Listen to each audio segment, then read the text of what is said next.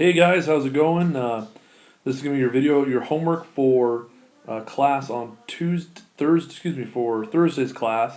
I'll be in Orlando, and if your class for Monday for B Day, like I said, I will be in Orlando for a conference. I know you guys are all sad. Wait, hold on, let me change this to make this a little bit more accurate.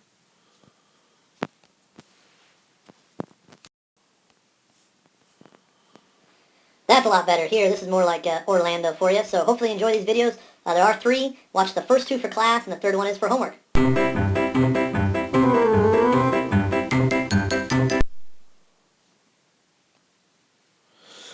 All right, like I was saying, and Mickey so saying, this is one of three videos. Please watch part one, this one, part two for class, and then part three will be homework. Last class, we were kind of left off with this idea about population and how it could grow. And one of the things that we mentioned was that, basically there's two ways to look at how you get the population to grow. The first way is if you focus on the rate.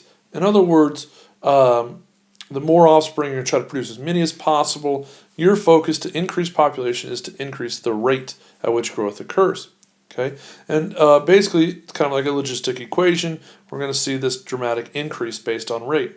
The other is influenced basically by the carrying capacity. So instead of trying to increase dramatically, your population size and determination is due mainly by this. Okay, now in nature, most organisms will actually employ one strategy or the other. So in nature, most organisms will employ one strategy or the other.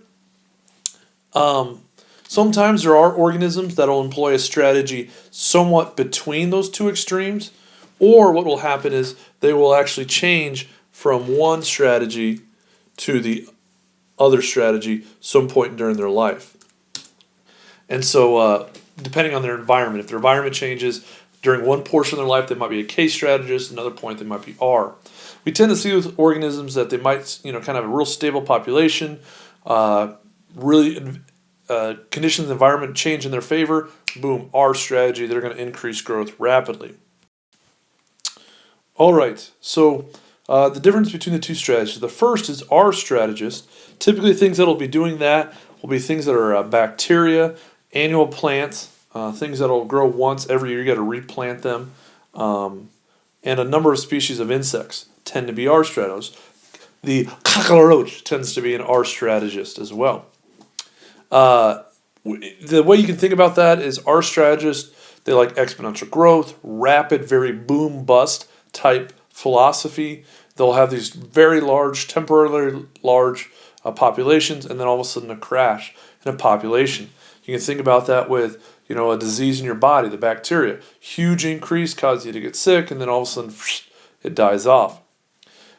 One thing is that these species, in order to do that, what makes sense for them is if they are found in an unstable environment where it's an advantage when it's nice out, have tons of offspring. When it's not, you can not have as many.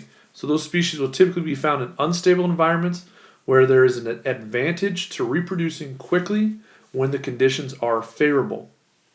Our strategists typically will reproduce early in life and have many offspring each time they reproduce. You think about, once again, fruit flies that I have in the classroom right now. They can reproduce rather quickly and very rapidly. In from original population, I can have hundreds in a very short period of time. Also with that, it helps if their offspring are small. They tend to mature very rapidly, and once again, they don't need any parental care. Fruit flies are a classic example that I can put those out there. 2 weeks, they're full size. They don't need any parents, and they're good to go. So I kind of give you some examples here. You got, your bacteria, your disease-causing bacteria, pathogenic bacteria, and non-pathogenic, beetles, and then once again those flowers. The other end of the spectrum are K strategists. Their philosophy or idea is to grow slowly. Okay, redwood trees, whales, rhinoceros, my favorite animal, the woolly mammoth. A lot of top predators like lions and tigers all tend to be K strategists. They have a smaller population size, slower population growth. Okay, and we call these things K selected. Once again, K-selected species tend to live in a more stable and predictable environment. They can reproduce when they need to, and we'll talk more about the ability to reproduce and when to reproduce at a later time. But once again, a couple of things that are very indicative of a case strategist. Case strategists or case selected tend to reproduce later in life and have few offsprings each time they reproduce. The offsprings that they do produce, they tend to be larger, they tend to mature slowly, and they often receive extensive parental care. Parents teach them how to do most of their jobs.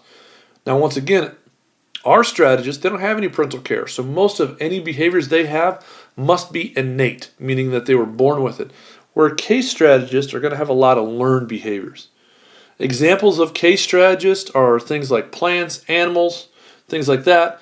And also it's important to note that a lot of these case strategists are also endangered because of the fact that they have a small sample size and they're used to a very stable environment. If that environment is no longer stable, they tend to not do so hot. Here are some of the classic examples of case strategists. Once again, notice a lot of mammals up here on the board, large animals. All of these things are highly endangered. Takes a long time to reproduce, to meet maturity. Even like a tiger takes 3 years till it can reproduce or till it can be on its own, till it reaches maturity. That's a long time in the animal kingdom. So that's all indicative of a case strategist.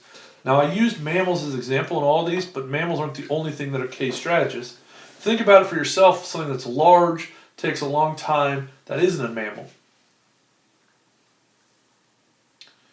Good example that hopefully you came up with in that time that I allowed would be like a shark, specifically the great white shark.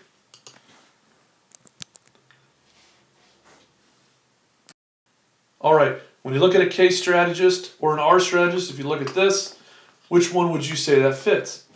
Now, most people who see this will say, well, I see a very distinct pattern here, and then it goes up very dramatically.